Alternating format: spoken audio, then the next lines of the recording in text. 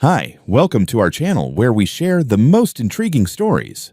When Thomas Rivers moved into a quiet lake house to escape his past, he never expected war, especially not with a manicured tyrant named Karen. But when the HOA tried to claim land they didn't own, Thomas fought back. What followed was a suburban battle for the ages. I moved into the old lake house on a foggy Thursday morning in late March, just after a brutal rainstorm had scrubbed the North Carolina skies clean. The air smelled like wet pine and mud, and I remember thinking it was the first deep breath I'd taken in over a year. I wasn't just unpacking boxes, I was exhaling the past. After losing my wife to cancer and spending the better part of a decade buried in federal engineering contracts and bureaucratic trench warfare in D.C., I needed silence. I needed a place where nobody knew my name or what I'd been through. The house I bought was old, weathered, and slightly lopsided. Perfect. The real estate agent had tried to warn me, twice, that the property bordered a gated HOA development called Pine Harbor Waters. He said it like he was telling me I'd bought a shack next to Chernobyl, but the key detail, the one I made sure to double-check with a property attorney, was this. My house was built in the late 1940s, decades before the HOA ever formed. It wasn't under their jurisdiction, never had been, and legally never would be. And that was the point. I spent the first day unloading tools and reclaiming the front porch from a small army of wasps that had clearly assumed the previous owner wasn't coming back. There was no HOA welcome basket, no pamphlet, no sniffing neighbor dogs, just quiet birdsong and the rhythmic creak of damp wood as I stepped through the house. I was on my fourth trip from the truck when she arrived. I heard her before I saw her, heels on pavement, precise, staccato, like she thought the ground owed her rhythm. I turned and saw a woman in a tailored navy pantsuit striding down the edge of my driveway with a folder under one arm and a righteous expression that could strip paint. She stopped just shy of my front porch, right where my newly installed private property no trespassing sign was duct taped to a rickety post. "Good morning. I'm Karen Milton, president of the Pine Harbor Waters Homeowners Association." I nodded and set down my toolbox. "Thomas Rivers. I don't believe we've met." She gave a tight, performative smile. "No, but we've been watching the activity over here. I wanted to welcome you and also go over a few expectations regarding facade coloration, landscaping symmetry, and neighbor impact mitigation." I blinked. "I'm sorry?" She flipped open her folder. "According to Pine Harbor Waters guidelines." "I'm not in Pine Harbor Waters," I interrupted calmly. Her expression didn't change, but there was a half-second twitch in the left eyelid. "You are adjacent," she replied, like that changed the laws of geography. "This property, while technically outside the HOA, affects the visibility and value alignment of bordering homes. We refer to these as transition parcels." "Transition what?" "Transition parcels," she repeated. "We treat them as properties of interest due to their visual and environmental impact on the HOA boundary. It's standard practice to initiate early alignment." "Yeah, no," I said, stepping down from the porch. "This is private property. No HOA covenants apply here, and I don't need alignment. I need you to step off my land." Her voice jumped an octave. "You can't live here." I raised an eyebrow. "I'm sorry?" This house was never supposed to be occupied again. The HOA made multiple attempts to buy this parcel and have it removed as a blight buffer. "You shouldn't even be here." "Well, I am," I said evenly. "Bought it legally. Paid for it in cash. Got the deed, survey, and title clean as a whistle. So, unless you're planning on levitating off my driveway in the next 5 seconds, I'd suggest you leave." She made a sound like a boiling tea kettle and turned on her heel, stomping back toward the gate. I watched her leave, every step snapping like an accusation. Halfway down the drive, she spun and pointed a perfectly manicured finger at me. "This isn't over, Mr. Rivers." "Didn't think it would be," I muttered, more to myself than to her. Later that night, I installed motion sensor lights, reinforced my locks, and reread the North Carolina statutes on HOA boundary jurisdiction for the third time, just to be sure. Every word was clear. This place was mine. And if Karen wanted to pretend she ran the world past her own fence line, she was in for a bad year. The next morning, I found a glossy envelope stuck to my mailbox with blue painter's tape. It was embossed with the Pine Harbor Waters logo, a pair of white swans, and a pretentious Latin motto I didn't bother translating. I opened it at the kitchen counter while waiting for coffee to brew, already anticipating a migraine. Inside was a tri-fold brochure titled Community Harmony Guidelines, along with a notice of non-compliance, listing several items: unregistered vehicle on property, my pickup, unauthorized structural modification, me repainting the porch, and failure to submit landscaping plan. I laughed out loud. It was the kind of laughter that comes when someone's idiocy becomes performance art. By noon, I'd received 2 more envelopes. One had a carbon copy registration of entry form with the HOA header, demanding that I submit the names and license plates of all individuals residing at or frequenting the parcel. The other was a preliminary violation alert, warning me to remove non-conforming elements from the front yard, which I assumed referred to the half-finished trellis and the wheelbarrow of dirt I'd left by the side. That evening, a guy in a polo shirt and khakis pulled into my gravel drive, stepped out with a clipboard, and started taking photos of my front windows. I opened the screen door slowly, holding my beer in one hand and my phone in the other, camera already recording. "You want to tell me what you're doing on my property?" I asked. "HOA inspection," he replied flatly, not even looking at me. "Try again. You're not the county. You're not law enforcement. You're not code enforcement. You're a guy with khakis and a fake badge. I'm acting on behalf of Pine Harbor Water's HOA. You're trespassing." I cut him off. "You've got 10 seconds to delete every photo you just took and walk back to your car, or I'm calling the sheriff." He hesitated, then fumbled with his phone. I watched the gallery flicker on his screen. My windows, my porch, even the side of my garage. He tried to fake deleting one of the images by swiping out of the app. Rookie move. "You know what? Forget deleting them," I said. "Go ahead and keep those. I'll just submit them with the harassment report." He left without another word, gravel spitting under his tires. I filed a police report that night, detailing the uninvited inspection, and then I took it one step further. I filed a formal complaint with the North Carolina Real Estate Commission and the State Attorney General's HOA Oversight Division. The next morning, a new surprise awaited me. A signpost had been erected at the edge of my property, right by the ditch line, with the Pine Harbor Waters logo and the words "Community Rules Enforced Here." The sign faced my house like a warning. A white van parked nearby, engine idling, with 2 guys inside pretending they weren't watching me through the windshield. I didn't remove the sign right away. I took pictures first. Then I called the city's zoning department and asked them if anyone from the HOA had a permit to post signage on a private parcel not under their jurisdiction. The zoning officer laughed, and said, "Absolutely not. If they did that, it's a violation." I emailed the photos to him and CC'd the HOA board's public email just for good measure. An hour later, a city truck came and ripped the sign out like it was radioactive. The van drove off 5 minutes later. I decided that was enough warning shots. That afternoon, I installed a full perimeter of motion-triggered 4K cameras and posted 3 aluminum signs that read, "Private property, not subject to HOA regulation, trespassers will be prosecuted." I made sure they were reflective and visible from all angles. Later that evening, just before dusk, I stood in my driveway with a glass of bourbon and watched as Karen walked past in her tennis gear, pretending to be on the phone. She glanced at the signs, then at me. I gave her a little nod. She didn't nod back. I went inside and started drafting a certified cease and desist letter to the HOA, just in case she wanted to play legal hardball. She wasn't going to get rid of me with brochures and bullshit. It had been about a week since the last inspection incident, and for a few days, things were almost suspiciously quiet. No new mailings, no clipboard creeps, no HOA vans pretending to admire the view. I'd nearly convinced myself Karen had accepted reality and retreated into whatever suburban lair she used to recharge her passive aggression. Then the mailman accidentally handed me a letter meant for a house inside Pine Harbor Waters. It was addressed to a resident 3 streets down from my property, but what caught my eye was the bold header: "Special Resolution, Emergency HOA, Vote to Annex Parcel Number 112B into Pine Harbor Waters. My address, my land.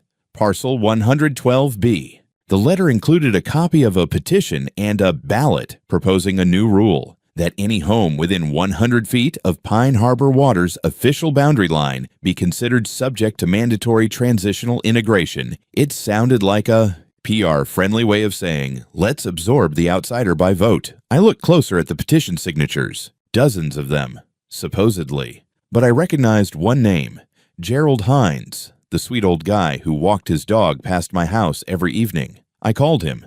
"Gerald, did you sign a petition about my house being annexed into the HOA? A pause. "What? Hell no. I told Karen last week that mess wasn't legal. She submitted something with your signature. Well, she better have forged it. Because I sure as hell didn't write it."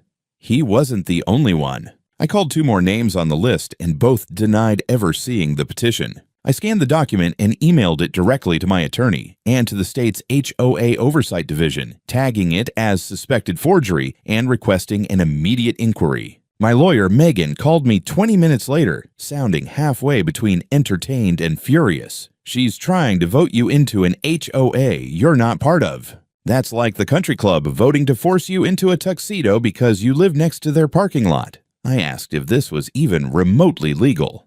"Absolutely not," she said. "It's a stunt. But if she files it formally, we'll bury it." Later that same day, 2 real estate agents showed up at my property gate, one of them holding a folder with a document I hadn't seen before. He claimed to be representing Pine Harbor Waters and said they were there to review the site conditions of the temporary occupancy agreement. I tilted my head. "You want to repeat that?" He flipped open the folder and held it up like it was gospel. Inside was a fabricated lease agreement bearing my name and signature, or something pretending to be it. The document stated that I was leasing the land from Pine Harbor Waters under a 12-month integration trial as part of a voluntary annexation pilot program. I stared at the paper. "That's not my signature." "We were told it was submitted through the HOA's online portal," the agent replied. Karen Milton said the property owner had agreed to terms. I smiled grimly.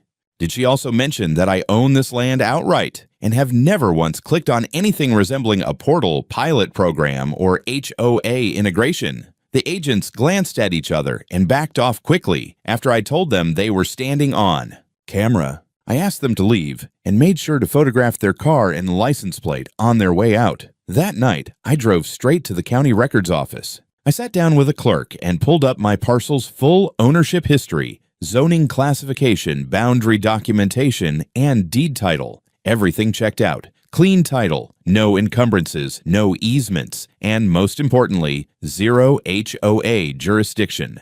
I requested a certified statement from the county assessor explicitly noting that the property was not subject to any HOA covenants or annexation protocols. I also filed a fraud complaint with the local sheriff's department, including photos of the agents, the fake lease, and a notarized affidavit from me stating I never signed or agreed to any such thing. The next morning, I woke up to a new HOA letter on my door, not in the mailbox, mind you, taped directly to the wood with cheap, clear tape. The header read, "Final warning before action." I didn't even finish reading it. I called Megan and told her to prepare the first of what would be several formal cease and desist filings. Karen was no longer just annoying. She was now committing forgery, and I don't let criminals operate on my property. It was just past 2 in the morning when the floodlights hit my bedroom window like a prison break. I jolted awake, reached instinctively for the flashlight on my nightstand, and froze. Outside, my motion-activated cameras had already triggered the perimeter lights, and they illuminated a scene that looked like it had spilled out of some deranged HOA-themed cult gathering. There were at least a dozen people standing on the roadside edge of my property. Some held signs, poorly painted, crooked, clearly done in a rush. One read, "HOA territory only, outsiders out." Another, "Reintegrate or relocate." Front and center, of course, was Karen. Wearing a visor and a windbreaker over what looked like tennis whites, she held a small megaphone and paced like a general surveying a battlefield. Behind her, a few residents stood nervously, casting glances toward my house, unsure if they were attending a rally or an exorcism. Then the shouting started. "This is HOA jurisdiction. This property disrupts neighborhood continuity. You're lowering our resale value. It would have been funny if it wasn't so grotesquely real." I slipped into jeans, threw on a hoodie, and stepped outside with my phone already recording. I'd barely reached the edge of my gravel path when one of the men, tall, mid-50s, wore loafers with no socks, lobbed a can of red spray paint that hit the front step with a sharp clank. Another guy approached the side of the house and started tugging at one of my downspouts, pretending to inspect for compliance. One woman dumped what looked like mulch onto the corner of my yard. "This is trespassing," I said, loudly and clearly, stepping forward so they all saw me. "And this is your final warning. Back off my land." Now Karen raised the megaphone. "Thomas, we're here peacefully to express concern. Your presence is incompatible with the agreed-upon aesthetics and community character of Pine Harbor Waters. Your house was scheduled for permanent closure. You reactivated a nuisance. Lady, the only nuisance I see is standing on my easement with a cone and a moral superiority complex." A few neighbors laughed, that nervous, startled laugh people make when they realize they've crossed a line, but don't know how to retreat. I didn't wait for it to escalate further. I walked back inside, locked the door, and dialed the sheriff's non-emergency number. Within 20 minutes, a cruiser rolled up. Deputy Frazier, a square-shouldered, no-nonsense woman I'd spoken with once before, stepped out, took one look at the crowd, and turned on her body cam. "Everyone off the property," she said without hesitation. "This is private land. If you're here past the ditch line, you're trespassing. I don't care what your HOA says." Karen tried to spin it. "This is a community demonstration, protected speech." Frazier cut her off at 2 a.m. with paint cans and megaphones. "No, ma'am. This is harassment. Disperse now, or I start taking names and writing citations." They broke formation like a spilled bowl of rice. Within 5 minutes, the roadside was empty again. Karen retreated without another word, but her expression made it clear. This was not surrender. This was regrouping. The deputy walked over to me. "You want to press charges?" I hesitated. "Not tonight. But I want this logged. Every damn second of it. You got footage. Multiple angles. Then you're already ahead of 90% of people dealing with HOA nutjobs. Save it. You may need it." I nodded. "I'm starting to think I will." The next morning, I got an email from a burner Gmail account named Concerned Neighbor 89 with a PDF attached.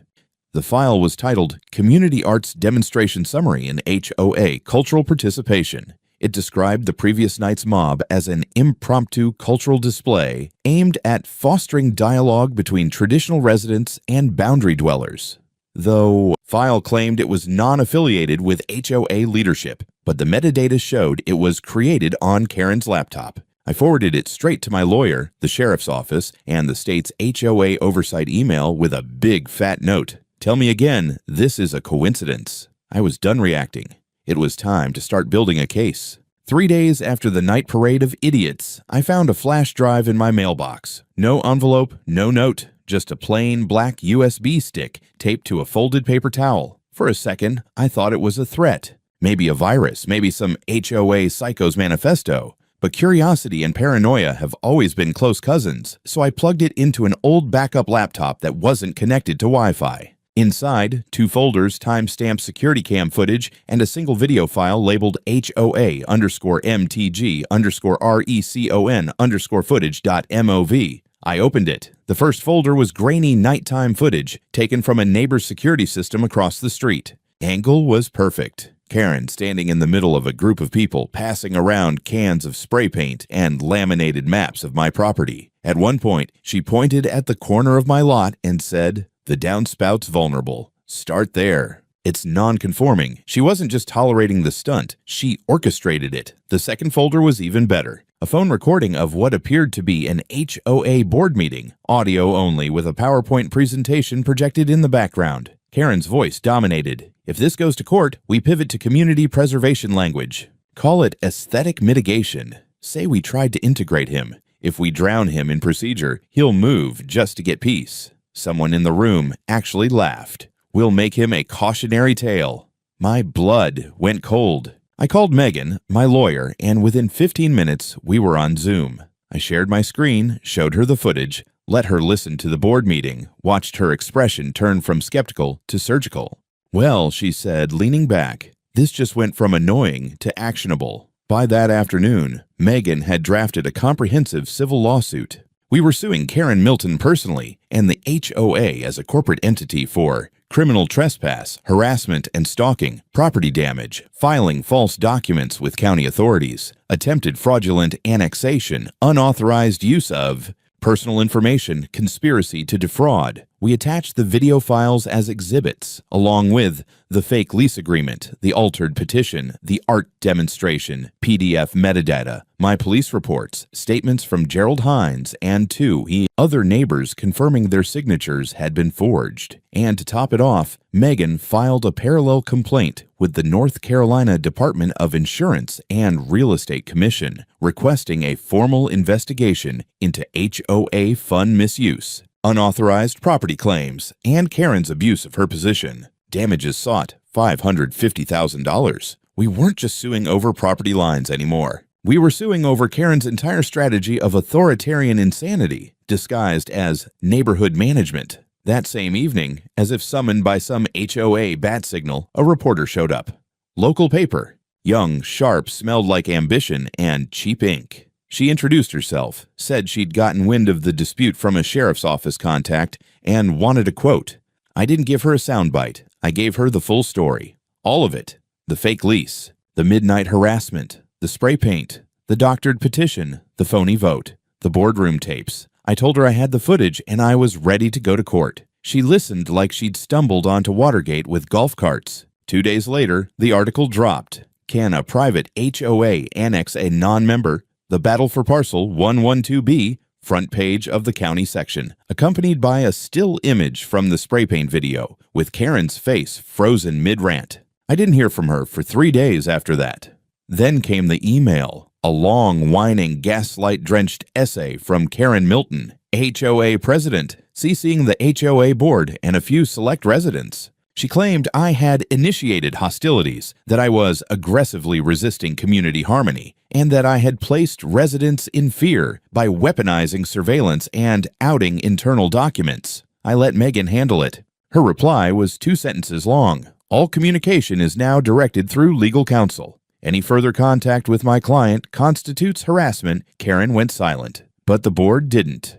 I started getting screenshots from residents, people inside the HOA who'd had enough of internal threads, messages, group chats where Karen had demanded access to HOA funds for legal retaliation, authorized a rebranding project to spin the media narrative, instructed residents to log any suspicious behavior from me, including when I mowed my lawn. This wasn't management. This was obsession, and she wasn't just losing control of me. She was losing control of her own people. I was outside clearing brush near the back fence when a county-issue SUV pulled up and a man in a blue windbreaker stepped out. Middle-aged, clipboard in hand, badge lanyard flapping in the breeze. Thomas Rivers, that's me. He nodded, handed me an official envelope and said, "You've been added to a scheduled evidentiary hearing for Parcel 112B. You'll need to appear next Friday, 10 a.m. Courthouse C." I opened the envelope, right there. Inside, a petition for reassessment of property classification, filed by Karen Milton and the HOA board.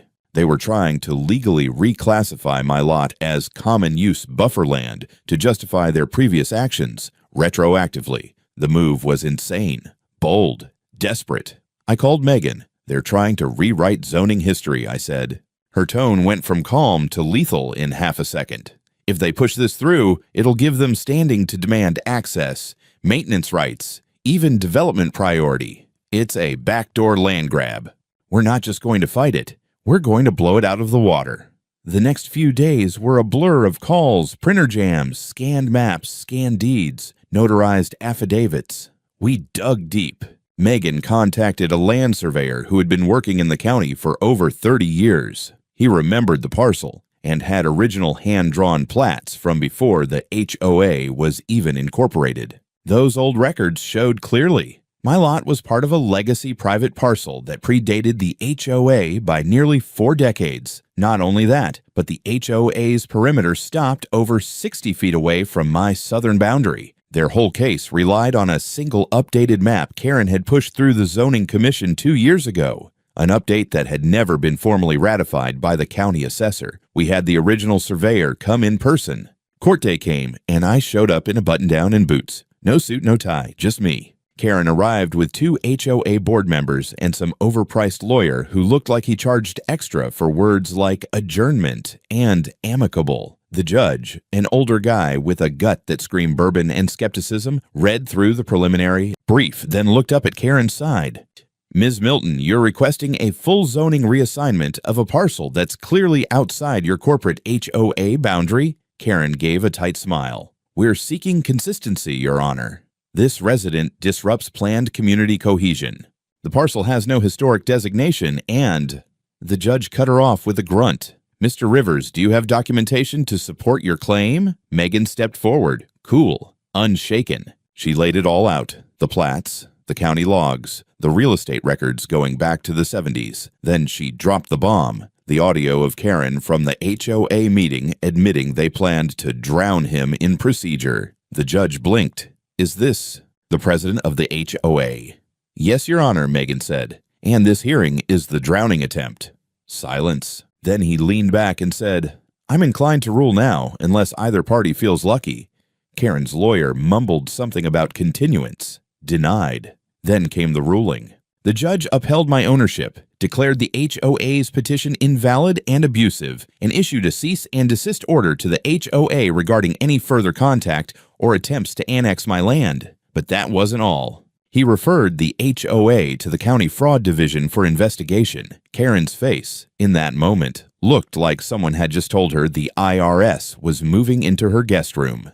We walked out to sunshine and a row of stunned neighbors who had come to watch, some of them in HOA shirts. A few clapped. One elderly man even shook my hand and said, God bless you, son. About time someone stood up to these vultures. But Karen wasn't done. Later that evening, she filed a formal ethics complaint against Megan, claiming excessive aggression and unprofessional demeanor. It was laughable and quickly dismissed, but it showed one thing. Karen was spiraling. And cornered animals do stupid things. I thought maybe, just maybe, after the judge's ruling and the fraud referral, Karen would crawl back under whatever quartz countertop she'd slithered out from. But no, she doubled down. 2 days later, while I was loading gravel near the back lot, a pickup truck pulled up. Unmarked. 2 guys in reflective vests stepped out. Young, nervous, clearly not county. One had a clipboard with an HOA logo sticker haphazardly slapped on the back. Excuse us, sir, the lead one said, squinting into the sun. We're here to conduct a compliance sweep. Karen Milton sent us. I set the shovel down. On whose authority? The HOA. There've been complaints. I laughed out loud. This is private property. I'm not under HOA jurisdiction, and if you take one step past that fence line, you're trespassing. They hesitated. Then one said, Ma'am said you might be uncooperative. She instructed us to photograph non-compliant features. I grabbed my phone, hit record. Here's my reply. You have 10 seconds to get off my land before I call the sheriff. And if you even think about pointing that camera at my house, I'll sue for harassment so hard your kids will inherit the paperwork. They left, in reverse, one muttering, We didn't sign up for this. Later that night, I got a text from a neighbor who barely knew Sandra lived 2 cul-de-sacs down, said she worked in HOA admin part-time. She had screenshots. Karen had created a secret Telegram group with a few board members and select residents. She was actively plotting a harassment campaign, using what she called civic pressure tools, reporting me for fabricated zoning violations, sending complaint letters to the county about illegal runoff, organizing a wellness check to try and get authorities to my door, requesting that the HOA's private patrol conduct late-night visibility rides near my house to deter undesirable conduct. It was borderline stalking. Megan filed a temporary restraining order request the next morning against Karen personally, and just when I thought we'd hit peak madness, it happened. I came home from town and noticed a new sign bolted to my mailbox post. Cheap aluminum painted in HOA green and white. Private road, HOA member access only. I ripped it off, dumped it into the trash, and called the sheriff. Deputy Thompson showed up in under 20 minutes, took one look at the sign, took a photo, then asked if I'd noticed the driveway markings. What markings? I asked. He pointed. At the edge of my gravel entrance, someone had spray painted a faint white line with the letters HOABDRY, boundary. It looked like they tried to redraw the neighborhood border overnight. They're escalating, he said grimly. You got cameras? 3 now. Adding 2 more tomorrow. He nodded. Good. Because this isn't a civil disagreement anymore. It's targeted harassment. I could barely sleep that night. I knew Karen was running out of moves, but that made her more dangerous, not less. I wasn't just dealing with power-hungry idiocy. I was dealing with someone who couldn't admit she lost. Then came the real kicker, a certified letter. From a Karen Milton Community Integration Officer. I opened it slowly. Inside was a formal notice of expulsion stating that my continued uncooperative conduct, refusal to submit to oversight, and repeated acts of aggression had resulted in a unilateral severance of residential eligibility. Translation: she was trying to evict me from my own land. Megan almost choked laughing when I showed her. She invented a title. You don't even live under her jurisdiction. I know, I said, but it doesn't matter to her. In her head, she runs the mountain. We filed an amended lawsuit that same day, now including civil conspiracy, intentional infliction of emotional distress, false representation of government authority, retaliatory action after court ruling. The judge granted the restraining order the following week. Karen was legally barred from contacting me, entering my property, or using any HOA resource to reference my name. But I wasn't satisfied because we'd just uncovered something that would change everything. One of the neighbors had dug up old HOA financial records and passed them to Megan anonymously. Inside, a series of payments, small, spread out, made to a consulting firm owned by Karen's cousin. The firm had submitted land reassessment strategy reports.